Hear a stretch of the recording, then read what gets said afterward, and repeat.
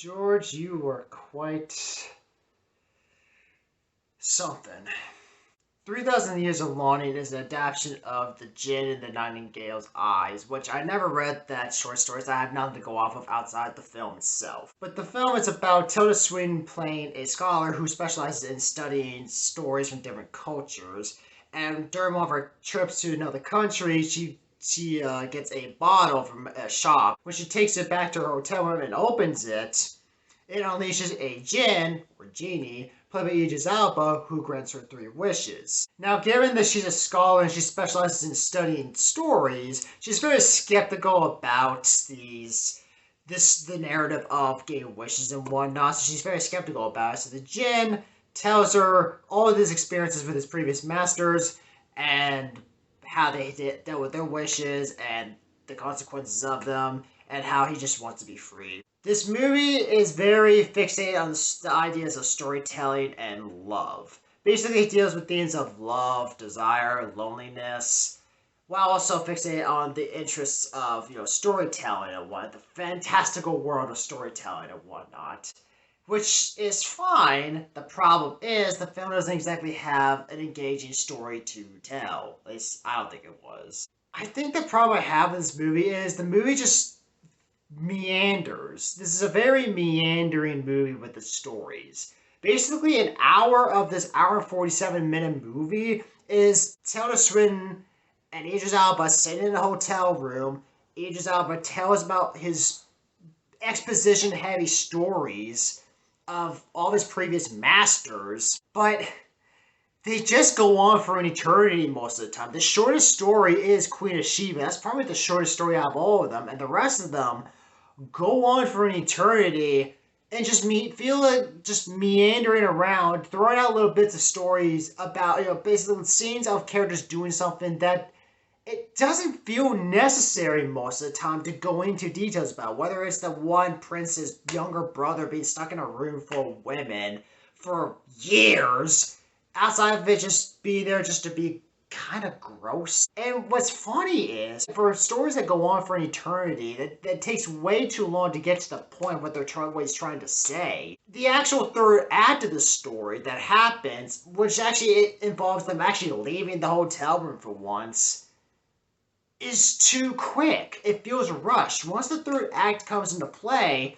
and when wishes are starting to be granted, it feels rushed. Like, the movie didn't have enough time to develop with these characters to make us even care about what's happening during the last act. Even though it does take a very odd direction, it's a very weird direction that it takes. And something that I can see maybe happening if it was, again, established better during the scenes with Idris Elba and Tilda Swinton, and not the freaking flashbacks that we were seeing throughout the whole freaking movie. Because of how rushed the last act is, and because of certain decisions that the script is telling Tilda Swinton and Idris Elba to act, their actual chemistry between them is non-existent. The way they introduce to each other, the way they interact with each other when they first meet, works. Like, they're really good actors, and they're pretty good in the movie, but during the last act, the movie takes a weird turn and asks them a bit more in their performances, and you don't get it. Because the script tells them to act in certain ways you don't buy when you actually see their performances on screen during the last act. And it doesn't help that the last act is so rushed that we, the audience, don't really care. For a movie that's an hour and 47 minutes, they spend way too much time on the Genie's stories and less time on the story with the scholar, who I think needs more to tell than the Jinn, honestly. Now, it's not to say that the stories the Jinn tells aren't bad. In fact, actually, they can be interesting. The last story in particular about the woman who has a love for knowledge is actually the most interesting one out of all of them. That's the only one I think was handled the best. But there's like one or two particular stories that go on way too long, and the best parts of them is the conclusion, because that's when you actually get to the point of what the Jinn's trying to make. But until then, they just meander around too much with other characters that are not integral to the story. Could have been just, either briefly mentioned or not gone into details about. And it sucks too because these two are really good actors. Tilda Swinton and Idris Elba are very good actors, and they are good for the most part in this film. Again, when the last act happens, I didn't buy their chemistry whatsoever. It feels like they were just reading off lines off a script, and that was it. With that being said, though, I will give the film some credit, though. Aside from the two performances from Idris Elba and Tilda Swinton being good to the last act, I will give George Miller credit. It is a well-directed film. It's a good-looking film. I'll give him that. Like, it's a very good-looking film. It's well shot. The production sets look really good. The costume work is excellent. And the editing is, for the most part, good. In that regard, there are some good things in the direction. It is very ambitious. I'll give George that. For a movie that has a $60 million budget, it's very ambitious to have this kind of story being told on the big screen, having a main wide release. I appreciate that.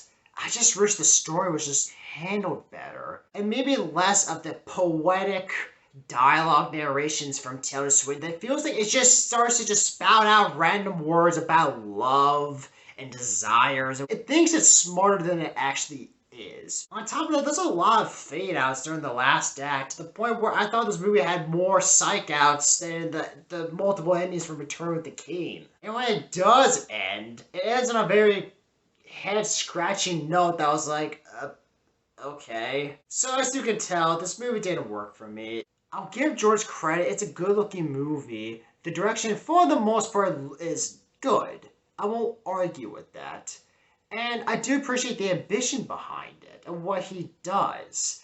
But he just really needed to rework the script more. There is a good story in here to be told, but it just really needed a solid rewrite to fix some of those problems. And focus more on the scholar and the Jinn in the present, so we can actually buy the last act more. Even though I didn't like this film, I will say this. This is the kind of film that will have a cult following. There are people out there who's going to enjoy this film. And all power to you if you do. If you see this movie and you enjoy it, all power to you. Because I can see some people liking this movie. And I do think eventually it will hit cult following status. And trust me, if we can have the freaking Empty Man movie have a cult following, I'm pretty sure this movie can get a cult following. And side note, this is still a better movie than The Empty Man. The Empty Man was such garbage. But yeah, it's just, I didn't care for 3,000 Years of Longing. I'm gonna give it a 4 out of 10. I don't know how I'm gonna recommend this movie to people, so the best thing I can really say is,